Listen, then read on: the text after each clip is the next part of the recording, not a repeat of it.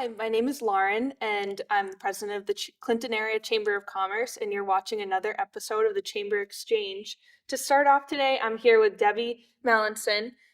She is the founder of Magic Lamp Consulting. Thank you for Hi, being here, thank Debbi. you for having me. Of course. So first, tell me a little bit about Magic Lamp Consulting. What's the mission of Magic Lamp?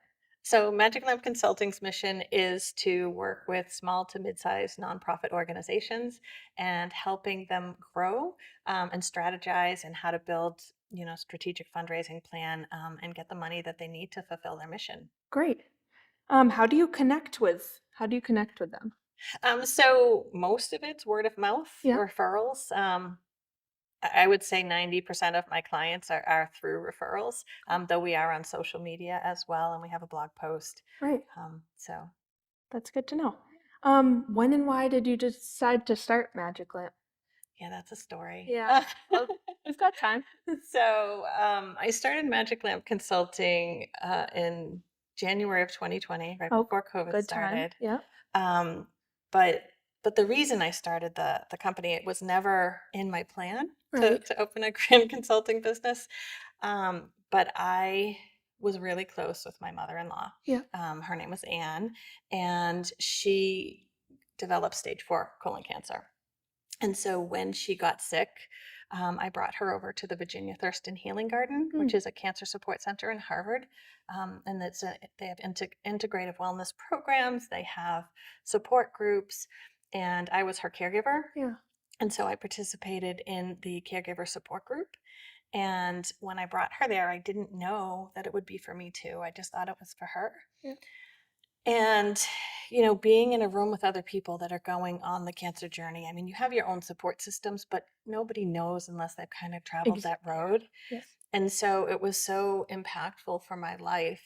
Um, and then one day the facilitator looked at me and she was like, "You should write her a love letter." So I met Anne when I was 17. Yeah. She passed when I was 50. And so she's been a part of my life for a really long time. She was one of my best friends, closest friends. We traveled together. We did photo club together. We did a lot of things. And she helped when I worked, help with the Yeah. kids and stuff. And so we were just super close. And so I woke up at 2 o'clock one morning and I was able to write this love letter from when I met her at 17 to when we traveled to Europe, Mm. to our photo clubs, to our experiences with the kids. And she left the world knowing how much she was loved and Right. what an impact she made, in our lives. And for me, it was like the first step of closure and the first step of healing Mhm. because I was able to share with her, while she was alive, Right. her impact on my Yes. life. Yes. And if I hadn't been in that support group, that's something I would have never ever thought of. Right.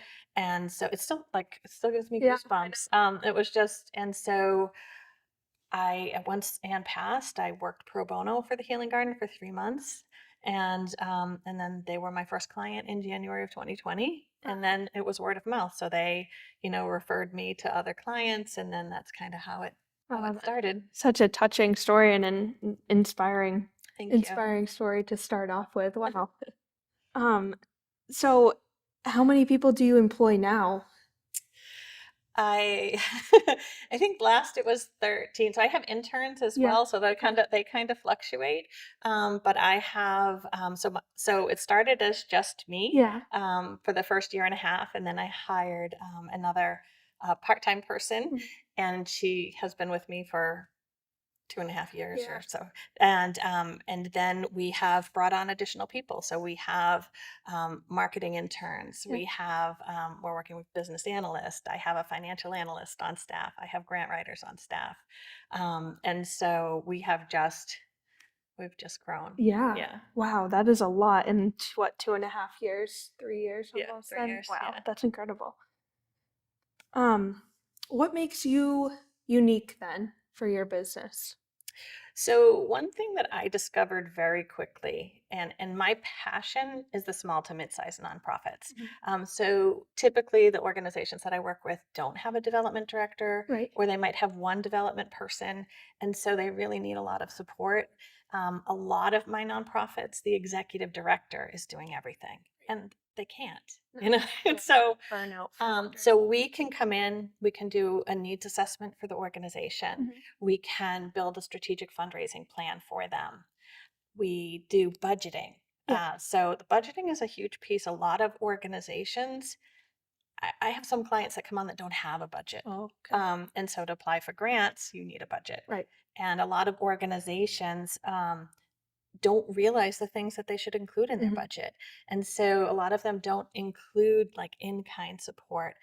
And so I have a couple of food pantries that if you looked at their budget originally, it was small, might have been around $200,000. But when you start adding in the in-kind donations that they're getting from the food bank, from different, partners that they have in the community. I have one that we did their budget and it went from $200,000 to 1.4 million. And so it's showing the impact. Right. So even though it's not cash coming in, it has a value, it's budget saving. Mhm. And so if I come to you as a funder and I show you a budget of $200,000, you're like, yeah, they're making an impact in the community. If I come in and I show you that that client has $1.4 million worth of, revenue expenses to serve the people, that's much more impactful, and it shows the volume and what they're doing and how much they're accomplishing. Yeah. And so, so that's a piece of it. We do grant research. We do the whole grant life cycle. And so, again, we research grants, we build out a grants calendar so we know the deadlines, who the funders are, and we, work with clients on their programs, defining, making sure that they have their goals and their objectives and their outcomes Yeah. need to be measurable, and making sure they're collecting data.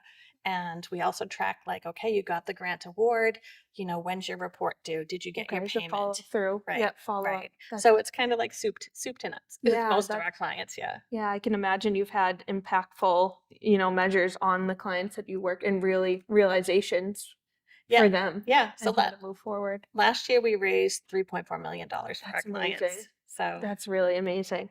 And the work you're doing, like I am at the clients, like their impact is on a different right, spectrum, being right. being nonprofit. So Well, and it's huge. So, you can get funding for all different kinds of things. So, like for our food pantries, and I have another organization in Worcester that it's a hydroponic farm. yeah, Together we eat. yeah, And so we got them funding to actually buy the freight farms, the hydroponic freight farms. And so they have two that they've installed in the Worcester school systems.